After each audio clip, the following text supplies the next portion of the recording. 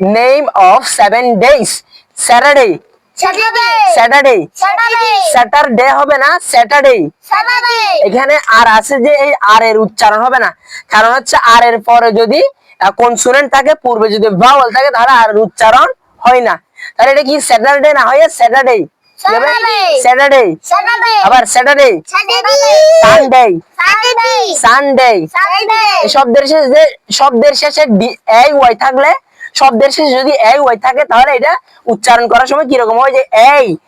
এর মতো হয়ে যায় কিরকম এই যেমন শব্দের কোন একটা ওয়ার্ডের শেষে যদি এই ওয়াই থাকে তাহলে এটা কি এই এর মতো উচ্চারণ হয় এই এর সই এই ঠিক আছে তাহলে কোন একটা ওয়ার্ডের শেষে যদি কি এই ওয়াই থাকে তাহলে এটা কি এই এর মতন হয়ে যায় তাহলে Sunday Sunday Monday Tuesday Tuesday Wednesday Wednesday Wednesday Thursday Thursday দেখো থার্সডে